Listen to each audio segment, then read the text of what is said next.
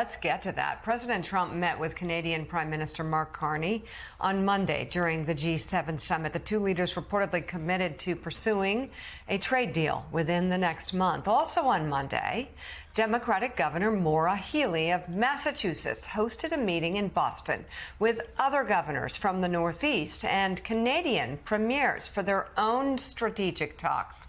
And Governor Healey joins us now. Maura, it's great to see you. So tell us about these conversations and what you hope to accomplish. Yeah, well, great to be with you. And I just want to say, Brad Marchand, the Boston Bruin, also Nova Scotian from Canada, now a Stanley Cup winner once again. So not all is lost for our Canadian friends. You know, look, this is serious stuff. You know, everyone knows that Canada is our greatest trading partner, and that's certainly true in the Northeast. And, you know, given what Donald Trump was doing with tariffs and other things, I thought it was important to get a group of us together. So I invited Governor Hochul from New York, the other New England governors, to meet with Canadian premiers in Boston the other day to talk about how we can move forward with our own relationships, our own partnerships around trade, around energy supply, around tourism, for example. And so we had a really good conversation in Boston. We're going to continue that. It was important that, to me, that we affirm Canada is an ally here and we are stronger working together. I hope and would hope that Donald Trump cleans up the mess he made and reaches a deal with Mark Carney.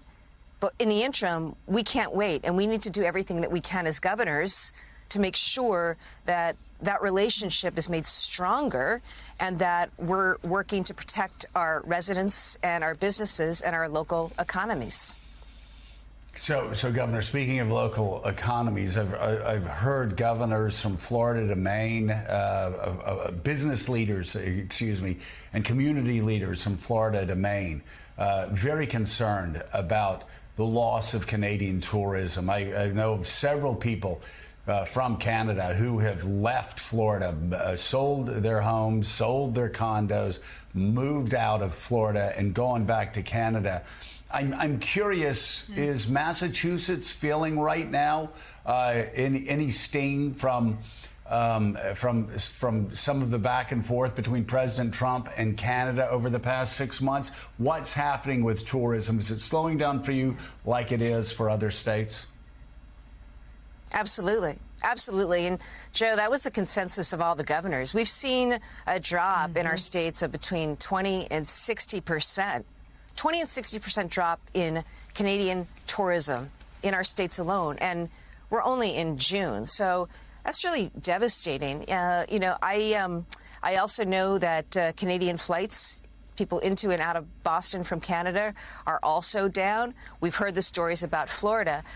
This is a serious issue for us. And, you know, it's real. The feeling on the part of Canadians, you know, that took tremendous offense, of course, to being labeled the 51st state by our president, are making decisions to spend their tourism dollars elsewhere. So part of what we were trying to do the other day, Joe, is just to say, hey, you know, we're still open for business. Remember, we're your friends. We're your neighbors. We have such close cultural and familial ties with the Canadians here in the Northeast, and we wanted to do everything that we could to cement that. But that's a big problem. Tourism is a huge problem economically.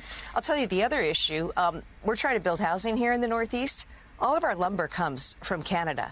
The tariffs are raising the cost of building housing in my state and in states around the Northeast.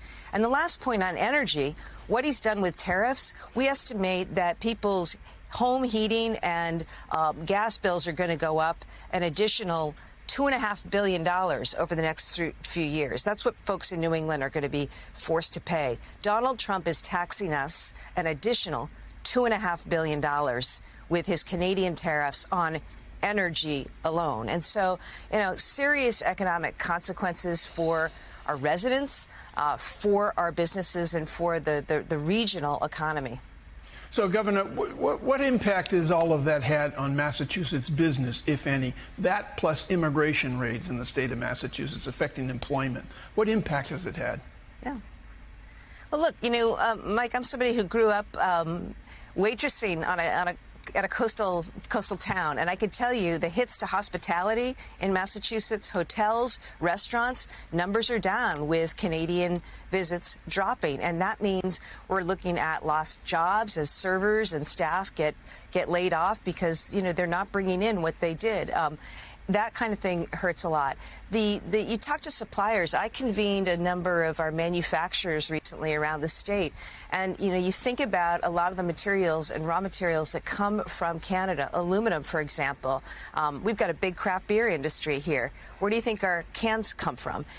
This hurts, and people are seeing the consequences, both in terms of end users, consumers, paying more for these goods, but also these companies can't make it work with the cost of their supplies increasing. They just can't make the math work, and that means layoffs here in Massachusetts and around the region. And it's just so the thing that's so upsetting is we've got any number of things we're trying to manage in the world and deal with, especially as governors right now with this big, awful, terrible bill out there that's going to gut, funding for our nursing homes and our rural hospitals.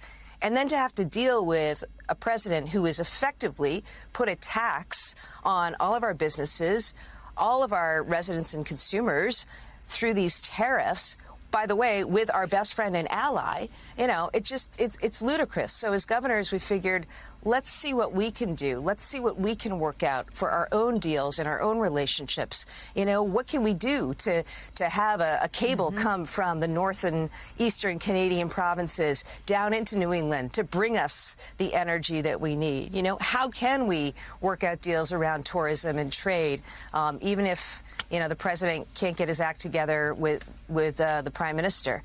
This is the attitude I think we need to have right now, because we've got to forge ahead and make things work for our residents and make things work for our local economies.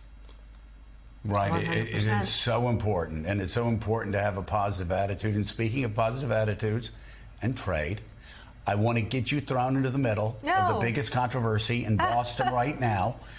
Were the Red Sox, did they make the right move in trading Rafi Devers to San Francisco? I was sorry to see Rafi Devers go. It reminds me of Mookie Betts a few years ago. Michael, remember this? We're Red Sox fans, Red Sox Nation. We always hope for the best, and they've got months to go and a lot of games to play. We need Bregman back and healthy. So go Sox. But Devers is a great player, and I appreciate the contributions he made here. How's that? All right, maybe we'll see you at a game. Democratic Governor Maura Healey of Massachusetts, thank you so much for coming on the show this morning. Great to be with you.